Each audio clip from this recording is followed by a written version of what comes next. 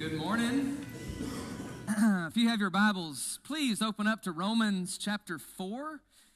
Romans chapter 4 is where we're going to get started in just a few minutes. This is a picture taken a couple of years ago, December 2016. This is called the Sky Cabin at Knott's Berry Farm in California. And I don't know, who's afraid of heights? All right. So you might get sweaty palms. This is 150 feet in the air, this sky cabin. Best I can tell, it's supposed to go up and down, and this one did a pretty good job at going up, but a pretty horrible job at coming down. And so it got stuck here, 150 feet in the air, and there are 20 people on board. 7 of those are elementary school-aged kids. And so then they got a task to figure out, how are we going to get this thing down? It won't come down. The firefighters had a ladder that would go up about 120 feet, but then you got 30 feet you got to worry about. What are we going to do now? And so their best decision, or the best thing they could do, was say, we got a rope, and we're going to get up there, and we're going to attach a rope, and these guys are going to come down on this rope. And so they get up there, and again, who was afraid of heights? Yeah, so me too. And I don't even know what would happen if we were up there. But they get a rope up there, and the firefighters have a job. They got to get these 20 people, 7 of them, elementary school-age kids, to trust them and say, you know what, we got a rope, and your only way down off of this is a rope.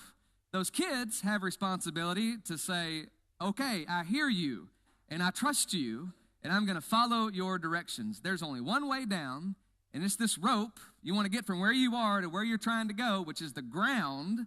You got to follow this rope. Thankfully, all 20 people, including the 7 kids, they got down without a hitch. And they made it, and it was all okay. They got the thing up and running, but I doubt those people ever rode it again. And so I'm thinking about this. They were where they are, and there was a place 150 feet lower that they wanted to go, and there was one way to get there to where they are, from where they are to where they wanted to go, and they had a decision to make. And really, that is a lot like life. It kind of parallels life, and let me explain it. Life may be like a maze. And so you know what a maze is. You got this starting point and you got an end point, and your job is to try to find out, how can I get from my starting point to my end point? How do I get from where I am to where I want to be right there in the middle? And you got something in the middle, right? There's something we all want. Maybe it's a family, or maybe it is children, or maybe it's children that will listen to you when you tell them something to do. Maybe it's a supportive spouse, or financial security, or whatever is at the center of that maze. Relationship with God, relationship with God's people, the ability to get over that temptation that seems to always get you. Maybe that is what is in the middle of your maze. And so here we are, we're trying to figure out, how do I get from where I am, which is not where I want to be, to that spot in the middle, which is exactly what I want in life. How do I get there from point A to point B when I got to find a way to make the right turns and stay on the right track and not get sidetracked? How do I get from where I am to where I want to be? That's what this is about. This is a series I'm calling Starting Point, and it's really, I wrote 4 ways to get on the right track, make the right moves, and just not mess up your life. But really, this is a series about, how do I find the middle of that maze? How do I get from where I am and get on the right path and make the right turns and not mess up and not stray and get to where I want to be in life? And really, it's kind of like those kids up there, 150 feet in the air. There's a way to do it, and our job is to find it, to believe it, to listen to it, and to follow those instructions, those directions in our lives. And so really, this is going to hinge on this idea. First of all, we got 4 of these. The first one, the first starting point is faith. And this is not just some, I believe in God. Of course we believe in God. That's why we're here today. James writes about how even the demons believe in God and they tremble. And so what we're talking about when we talk about faith is not just, okay, I agree that there is a God somewhere. It's not just, I believe in the God of the Bible. We all believe in the God of the Bible. What we're talking about when we talk about faith is that God overcomes our failings, that God can overcome our sin problems. God can overcome, whatever our condition is, and he can bring life from death. That's what we've been talking about. The last month, we had this series about these dinners with Jesus, and he invites these people. You would never believe that he would invite those kinds of people to his table, but he does. And he's showing them all along the way that I can overcome your failings. Whether it is Peter or Zacchaeus or that sinful woman of the city in Luke chapter 7, he's saying over and over and over again, you come with me, I will overcome your failings. And last week, we talked about the resurrection explicitly, and this idea that God can bring life from death. He does it with Jesus. He does it with others in the Gospels. And that's what our faith is, that God can still overcome our failings, that God can still bring life from what we maybe count as the dead areas in our lives. And here's why it is so important. That's the kind of faith we're talking about. Here's why it's important. Look at Romans chapter 4. Now, what Paul is doing in Romans chapter 4 is he's talking about a man named Abraham. And you probably know who Abraham was. He was, heralded as a great man of faith. And here's Abraham, who lived a righteous kind of life. He was called early on in life. And Abraham, he was told, go into a land that you hadn't even seen yet. Get away from your family. Get away from all your stuff and everything that's been important to you. And go follow my directions. And Abraham goes. God calls him, and Abraham listens. He's like those people, 150 feet in the air. Okay, I heard the voice, and I'm going to go. I'm going to do what God has told me to do. And so he goes. And part of those promises are, Abraham, you're going to have a great nation that comes out of your line. You're going to have a family that's going to be above all others. You're going to be blessed so that you and your people and your family and your nation can go bless all the other nations of the world. There's a small problem here. Abraham doesn't have any children. And a bigger problem, it's not that he doesn't have children, a bigger problem is that Abraham is old. And so you kind of watch the progression. That starts in Genesis 12. And then Genesis 13 and 14 and 15, Abraham's wondering, where's this kid coming? I don't have anything yet. I'm getting older and older, and the years are passing me by. About 25 years has passed at that point, and Abraham's saying, how's this going to work? And so they kind of, they concoct their own plans.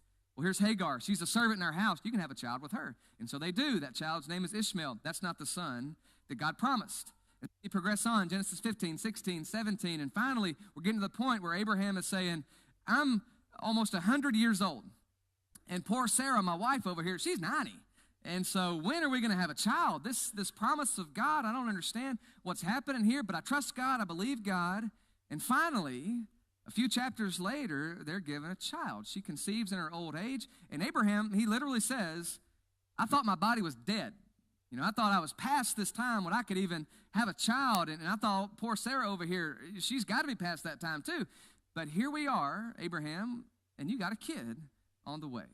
Because God made a promise, and you're trusting in God. That's faith.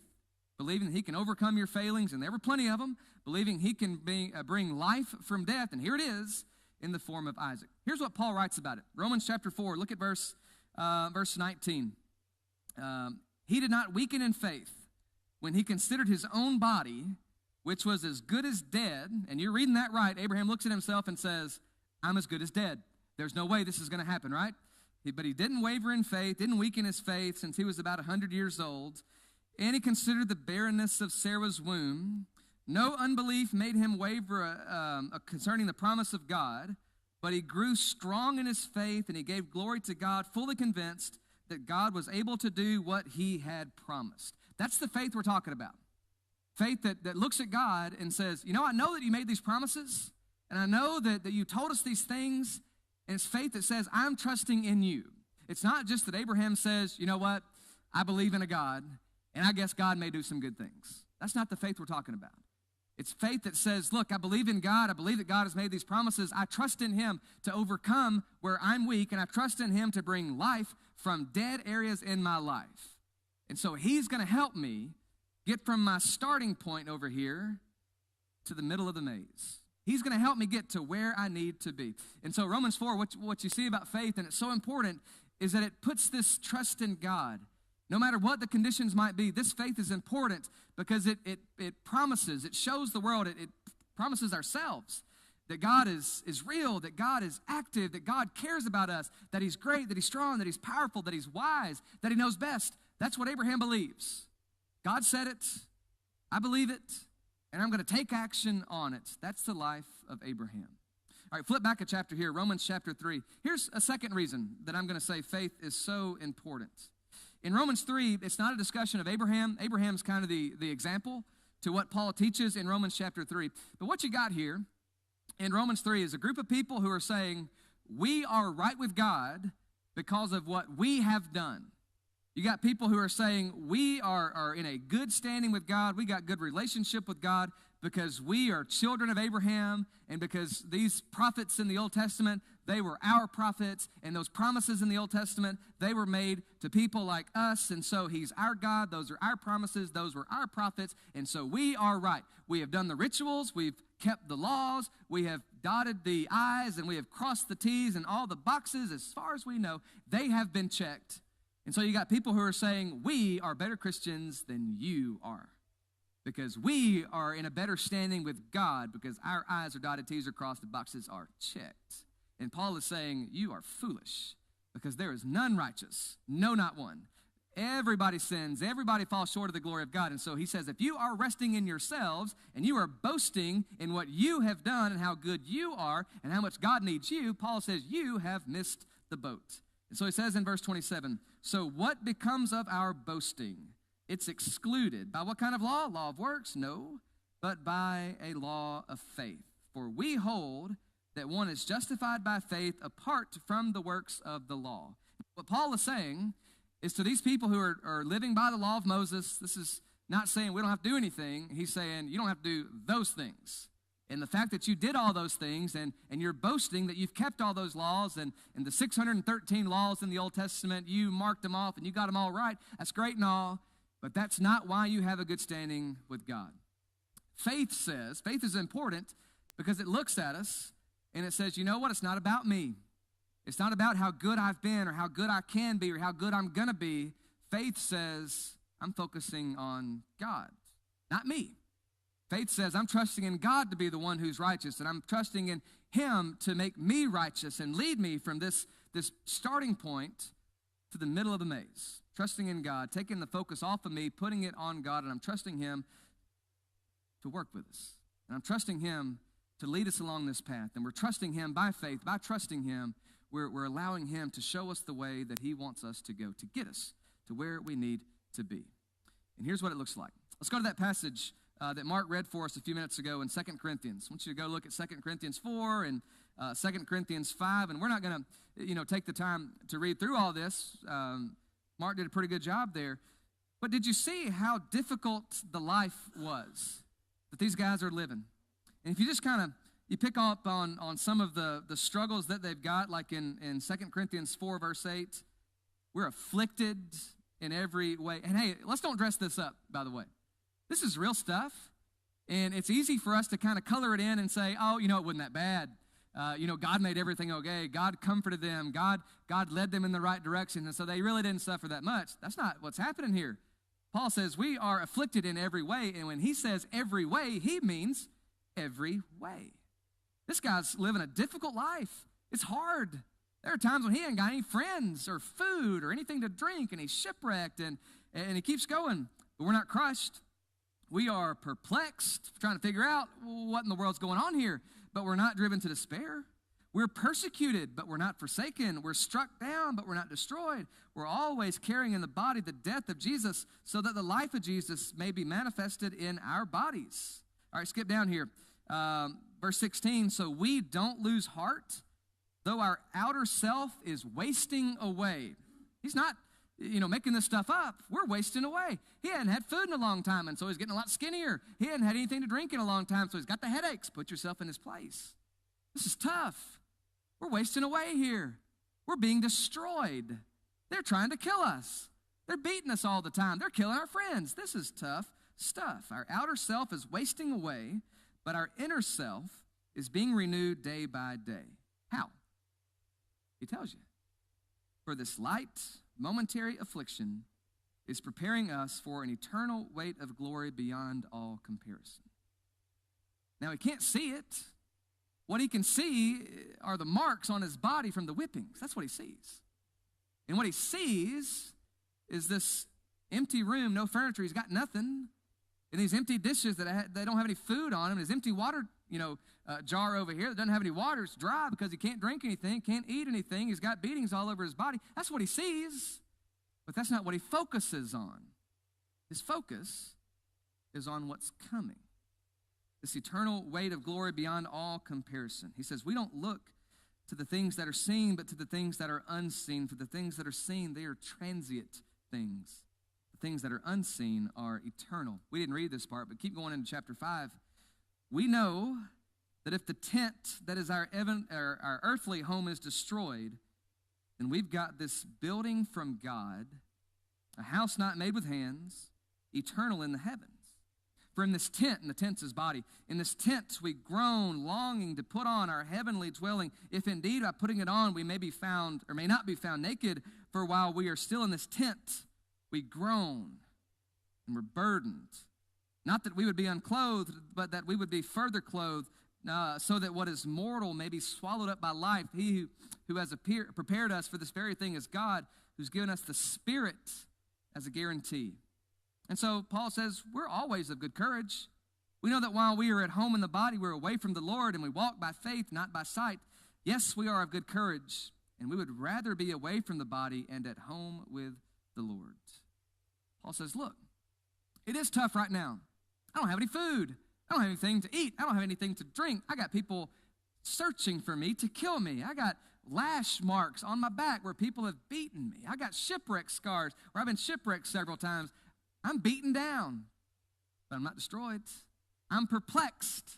I don't understand what's going on here, but I'm not giving up hope. I've been persecuted, but not to the point where I'm going to give up, because Paul says the middle of my maze is heaven. The middle of my maze is this building from God, the eternal weight of glory. The middle of Paul's maze is God's presence. I want to be at home with the Lord. Paul says that's where I want to go. And he says, I got faith and trust that's leading me there. So they can beat me all they want. And I can have as many shipwrecks as happen. And no matter how many sleepless nights and hungry days I got to go through, Paul says, faith makes this okay. And that's just Paul. We got to talk a little bit about us. This faith that we're talking about this morning is our starting point. It's what we need. It's one of the things we need to get us from where we are to where we want to be. And again, whatever that middle of the maze is for you, you've got to be the one who decides it. But faith is what frees us maybe to get there. And I'll hit on a few of these things. In Luke chapter 14, Jesus is telling some stories about some feasts, some wedding banquets. In chapter 15, he's talking about how, there are people out there who are lost, and we got to go find those people. But right in the middle, in Luke 14, verses 12 through 14, it's when he says, when you throw a feast, or when you have a banquet, don't invite your well-to-do neighbors, and don't invite the ones who, you invite them this Friday, they invite you back next Friday. He says, those aren't the focus. Now, you're going to be out some here because you're going to invite people. He says, go to the poor and the lame and the crippled and the blind, and you invite them into this feast. And they're not going to be able to invite you in return, but he says, you got to trust that no matter what you give out in this life without any return, you got to trust that that's going to be okay. That's faith. And faith says, I can make sacrifices, and I can serve other people with no expectation of any kind of return on that, because I know that one day God is going to make it right. That is faith. It will all be repaid one day in the resurrection of the just. That's Luke 14, verse 14. And so he says, look, faith frees you to do that. It also frees us to live as citizens in the kingdom of God. And that can be a pretty difficult thing. Philippians 3, Paul's imprisoned. He's in a jail somewhere, and he's struggling through life, and he's hard-pressed, and he's perplexed, and how's this all going to work out? But he says, look, I'm not really concerned about what happens in this life. I'm concerned about how I live as a citizen of the kingdom of God. I'm concerned about what it's like in my life for me to be serving God and helping other people, living as a citizen. I'm living in this world, but I'm really looking forward to the next world. And maybe that's the center of your maze, the middle of your maze. And Paul says, I do that by faith. Faith frees us to not focus so much on the transient things of this life, but to focus on the eternal things. Or maybe it's a Romans 6 kind of deal where you got these struggles in your life, and you got, the sin that's getting you off track over and over again. There's that temptation that seems to always get you down, and you always fall to it, and you try to fight against it. You just can't do it right now. But faith is what frees us to die to self, to put off those old ways. Paul calls it the old man, and you put on the new man. You live a new kind of life. And in Romans 6, he's talking about baptism. And he says, look, you got faith in God, and you put that faith into practice, and you're buried with Christ in baptism, and you rise up to live this new kind of life. And faith is what empowers you to do that. It says, look, here's where I am. But the middle of my maze is where I've overcome this sin. And faith helps me get there. Or you can go ahead a few chapters, Romans chapter 8, where Paul talks about the suffering that he's got and the futility of life and the corruption that he deals with every day and the pain and suffering that's happening in his world. And he says, you know what? We're holding out for a better place. We're looking forward to a time when we don't deal with the suffering and the futility of life and the corruption and the pain anymore. We're looking forward to a time in the new heavens where everything's made right, where there's no pain, no cries, no heartaches, no suffering anymore. And maybe that's the middle of your maze, and I hope you get there in this life. But if not, I hope that you can trust in God that in the next life there will be none of that. Ultimately, it probably comes down to 1 Corinthians chapter 15 and verse 58, where in a whole chapter about faith, Paul says that faith really frees us to be steadfast and immovable, unwavering, always abounding in the work of the Lord, knowing that our labor is not in vain. And sometimes Christianity is labor. Sometimes it's work. Sometimes it's difficult. Paul lived it, Paul knows it, and Paul wrote it. But he says faith is what allows us to stand unwavering in the face of whatever that is. Persecution or pain. It's trying to fight against that temptation. It's trying to be a better spouse. It's trying to be a better leader for your family, trying to be a better Christian just in general. Faith is what leads us to be steadfast, immovable, unwavering, always abounding in the work of the Lord, knowing that because of our faith, that labor is not going to be in vain. That one day, God's going to make it all right. And so that's why faith is important. It frees us to sacrifice. It frees us to serve other people. Faith and the idea that there is something better than this world, something more enduring, the eternal weight of glory is what frees us to love our neighbors as ourselves, even whenever they're not very loving to us. Faith is what frees us to love God. Ultimately, it's what frees us and sets us free to get on the right track and to make the right moves and to not mess up our lives, but to get to the middle of our maze, trusting that God is going to protect us, trusting in our loving Father in heaven who wants the best for us, who is wise, who is powerful, who loves us. And it helps us, faith frees us to not focus so much on ourselves, but to focus on the God who loves us so much that he gave his son to die for us. And so this morning, I don't know exactly what your starting point might be, but it might be that your starting point right here, right now, is to come to God for the first time and allow him to overcome your failings and allow him to bring life from the dead areas in your life. And maybe it's a cold, hard, dead kind of faith. Maybe you come to him this morning and say, I want to have a vibrant, life-filling faith. Maybe it's that you come to him and you say, you know what, I've done a lot of bad things. I've made a lot of wrong turns. I've gotten off of the right track. I'm nowhere near the middle of my maze right now, but I want to get there. And so you turn your life over to him and trust in God to overcome those failings and help you, empower you to overcome whatever temptations you keep falling to. And so maybe that's your response this morning, to give your life to the Lord, to be baptized into Christ this morning, to be set free from the old self and rise up to live a new kind of life. Maybe that's you. But maybe you're still trotting along and you're trying to find your way to the middle of the maze. And so maybe in a few minutes after our invitation song, we'll go right into our time around this table. And so maybe it's a time for us to come around this table and to celebrate that God has brought us from death to life, and celebrate the fact that God has helped us overcome our failings and our sins. We're going to sing this invitation song in a few minutes or in a minute, and we're going to invite you to come if you have a need, a response you need to make, some kind of profession of faith that you want to make, or maybe you want to ask the church to pray for you. And then in a few minutes after that, we're going to have this time of communion, the Lord's Supper, where we celebrate what God has done for you. But if you need to make something right in your life, if you need to get your life right on track before we do that, we invite you to come now and make any kind of response that you feel you need to make. While together we stand up and we sing an invitation song.